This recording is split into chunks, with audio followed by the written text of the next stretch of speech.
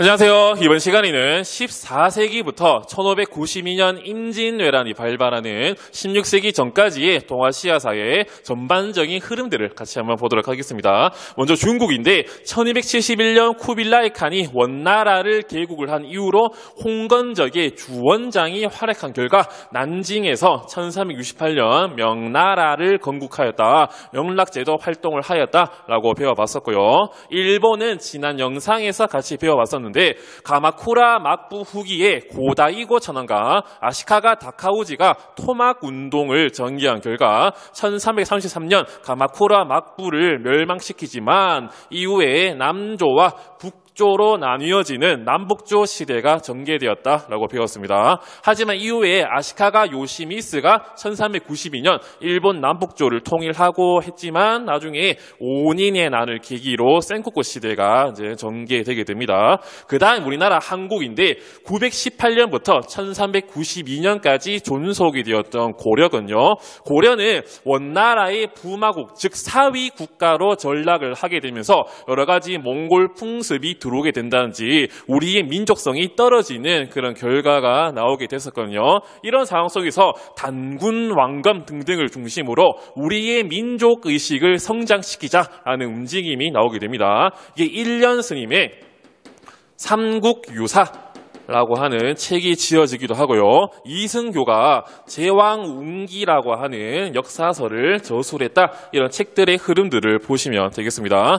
비교로 이제 대월, 즉 베트남에서는 여러 가지 원나라가 1차, 2차, 3차 침입을 하게 되는데요. 이 과정 속에서 대월 사기가 저술이 되었다라고 배워봤었고요. 일본에서도 마찬가지 원나라가 1차, 2차 여원연합군의 원정을 실시하게 되는데 이때도 일본 안에서 신국의식, 신이 일본을 지켜주고 있다는 그런 의식이 성장을 하는 것도 잘 비교해서 보시면 될 겁니다. 그리고 충성왕 때는 대도 즉 베이징에 만권당이라고 하는 학술 기관을 설치해서 여기에서 많은 사람들이 학술을 논하고 토론을 했다. 이런 것들도 보시면 되겠고요. 다음에 공민왕인데 공민왕은 고3 한국사 등등에서도 반드시 출제되는 영역 중에 한 개이기도 하거든요.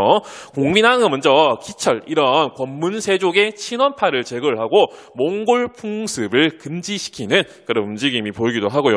그리고 쌍성 총관부를 공격을 해서 이 지역을 수복, 차지하기도 한 모습이었으며 일본 원정을 위해 설치되었지만 우리나라 고려의 내정을 간섭을 하던 정동행성을 폐지시키는 공민왕의 계획 정치들 잘 보시면 되겠습니다.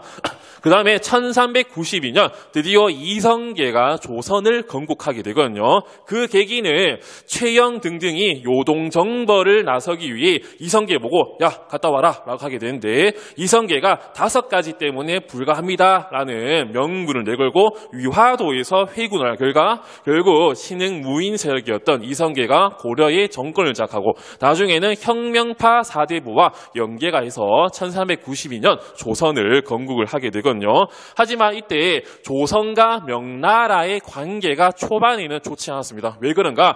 그 이전 고려가 원나라의 부마국이었기 때문에 이런 이유도 있었고요. 그리고 정도전이 요동을 정벌을 하자라고 주장을 하게 되거든요. 이 소식이 들리게 되자 명나라의 홍무제도 얘를 못 믿겠다라고 하면서 조공 책봉 관계가 수립이 되지 않거든요. 조선왕 입장에서는 명나라에게 책봉을 받지 못했다. 자기 정통성에 상당히 심각한 위협성을 드러낼 수 있는 상황이었습니다. 이렇게 명가의 관계가 악화되고 있는 상황이었지만 태종 때는 명가 조공 책봉 관계를 맺게 되거든요. 이때는 명나라 영락제 때인데 영락제도 건문제 즉 자기 조카를 몰아내고 황제가 되었고 여기 태종도 여러 가지 왕자들을 죽이면서 왕이 되었기 때문에 서로 윈윈 게임이 잘 맞아떨어졌거든요.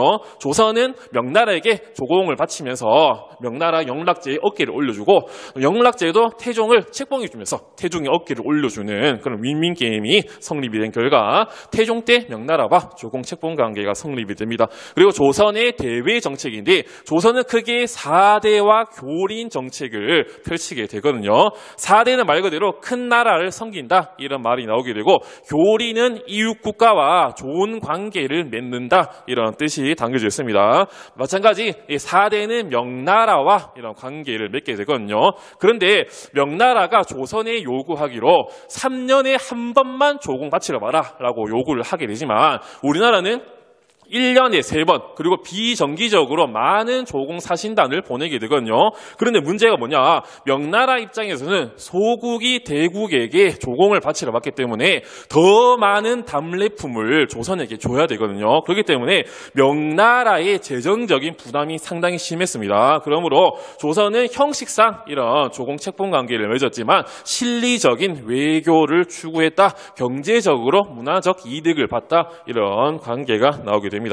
그리고 여진, 일본, 류큐, 자와 이런 국가들과 교린 관계를 맺게 되거든요. 크게 강경책과 회유책으로 나뉘어가지고 이들과 관계를 맺게 되는데 먼저 여진이요. 여진 위쪽 북방 지역은 식량이 부족했기 때문에 우리나라에 자주 내려와가지고 약탈을 하고 습격을 하는 그런 흐름들이 있었거든요. 이에 대한 강경책으로 세종 때 4군 육진을 개척을 하게 됩니다. 4군에는 최윤덕, 육진에는 김종서를 보내가지고 영토를 확장시키고 여진족을 몰아내과 동시에 회유책으로는 무역소라고 하는 곳을 설치해서 여진족이 자기의 생필품을 사가도록 하는 그런 기관이 설치되기도 했고요. 다음에 일본과의 관계인데 일본에 대한 강경책으로는 먼저 왜구가 상당히 요 시대 때 심했거든요.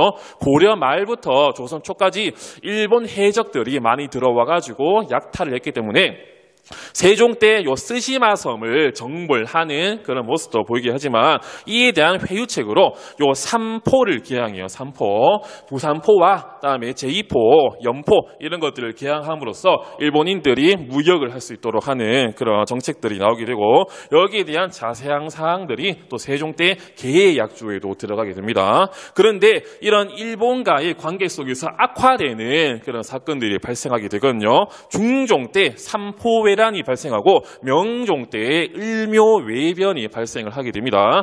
이런 일본에 대한 무역에 제한을 많이 걸게 되자 이에 불만을 품은 쓰시마섬 또는 일본 상인들이 이런 외란을 펼치게 되거든요. 이에 대한 우리 조선의 대응으로는 비변사를 설치해요. 비변사. 별난에 대비하기 위한 이런 기구 비변사가 설치되기도 하고 일본의 이 조선통신사를 파견하기도 합니다. 이런 자세한 사항들은 나중에 임진왜란 할 때 같이 한번 보도록 할게요.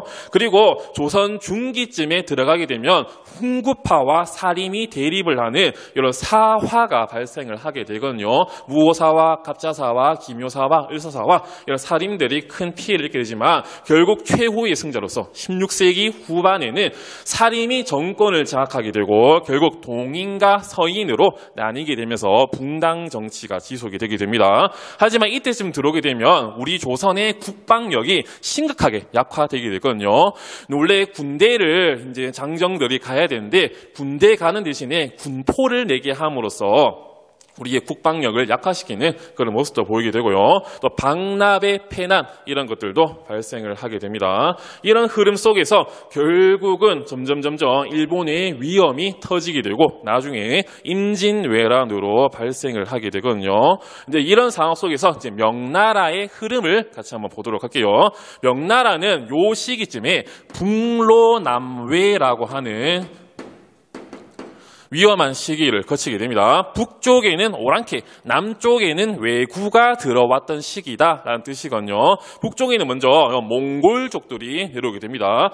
여기 명나라가 원나라를 북쪽으로 쫓아냈다고 하지만 위에는 아직 수많은 몽골족들이 살고 있었거든요. 15세기에는 오이라트라고 하는 부족이 크게 베이징을 위협을 하게 됩니다. 이때 에센이라고 하는 칸이 있었는데 하루는 당시 명나라의 황제 정통제가 황간 왕진의 이제 권유에 의해서 직접 전쟁에 나서게 되거든요.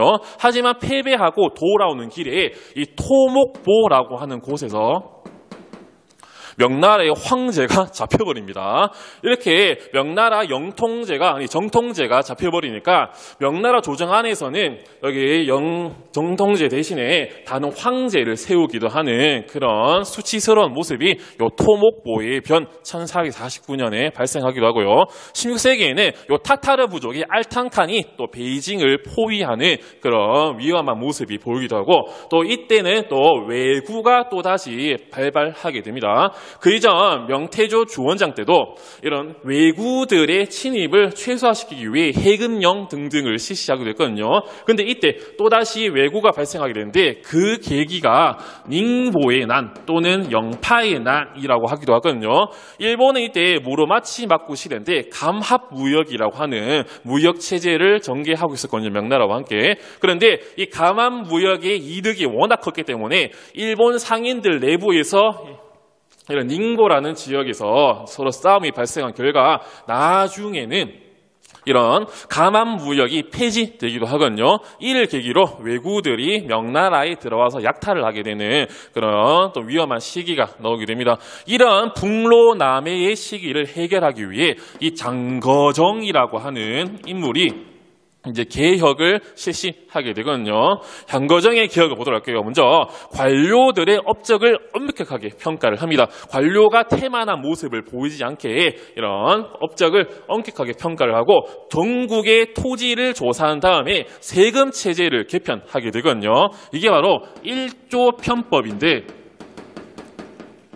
세금 제도를 한 가지로 통일해서 편하게 했다. 이 법입니다. 이때는 은경제 시대가 명나라에 크게 활성화되어 있었기 때문에 세금을 은으로 받는 1조 편법이 이 장거정의 개혁 때 실시되기도 하고요. 그리고 위에 몽골과는 친선관계, 광화를 맺고 왜구를 단속하기 시작합니다. 이때 척계광이라고 하는 인물이 기요신서 이런 것들을 저술을 하기도 했거든요. 척계강의 전술 방법이 왜구를 섬멸하기 위해 토벌하기 위한 전법으로 등장을 하기도 하고요. 이런 명나라와 우리 조선의 상황을 다 같이 한번 봤고요. 그 다음에는 마지막 요 베트남 볼게요. 베트남은 크게 끝까지 대월이라고 하는 국호를 사용을 하게 됩니다. 1009년부터 1225년에는 리 왕조가 건국되게 되거든요. 우리나라로 따지면 왕씨 왕조 또는 이씨 왕조 이런 뜻인데 다 국호가 대월이기 때문에 대월을 구분하기 위해 리 왕조 또 쩐씨 왕조 또는 레씨 왕조 이런 식으로 구분을 하기도 합니다. 리 왕조는 거의 11세기부터 13세기까지 존속을 했었고요. 이때는 과거제가 실시되는 그런 모습도 보이지만 비정기적으로 체계화되지 않는 그런 과거제의 모습도 있었고 공자를 모시는 문묘가 설치되기도 합니다. 그리고 쩐 왕조는 1225년부터 1400년까지 지속이 되게 되는데 원나라의 침입을 쩌능다오가 막아냈다. 이것도 배웠고요. 또 나중에는 영락제 때 명나라의 지배를 잠시 받다가 레러이가 크게 활약한 결과 후기 레 왕조가 1428년에 건국이 되거든요. 전기 레 왕조는 리 왕조 전에 있는데 이거는 좀 몰라도 됩니다. 후기 레 왕조 때는 과거제가 정비되면서 정기적으로 과거제가 실시된과 동시에 진사제명비라고 하는 과거에 합격한 사람들의 이름을 넣는 그런 비석이 만들어지기도 하니까 후기 레 왕조 꼭 기억을 하시길 바랄게요. 옛날 수능에서 여기 남북조 시대와 5년의 난 사이에 무슨 일이 있었는가 물어봤을 때 요 후기 레 왕조가 정답으로 등장한 적도 있었습니다. 자, 이번 시간에는 14세기부터 16세기까지 동아시아사의 전반적인 흐름들을 봤고요. 다음 시간에는 임진왜란, 성리학 등등에 대해서 배워보도록 하겠습니다. 오늘도 수업 영상 열심히 들어주셔서 감사합니다.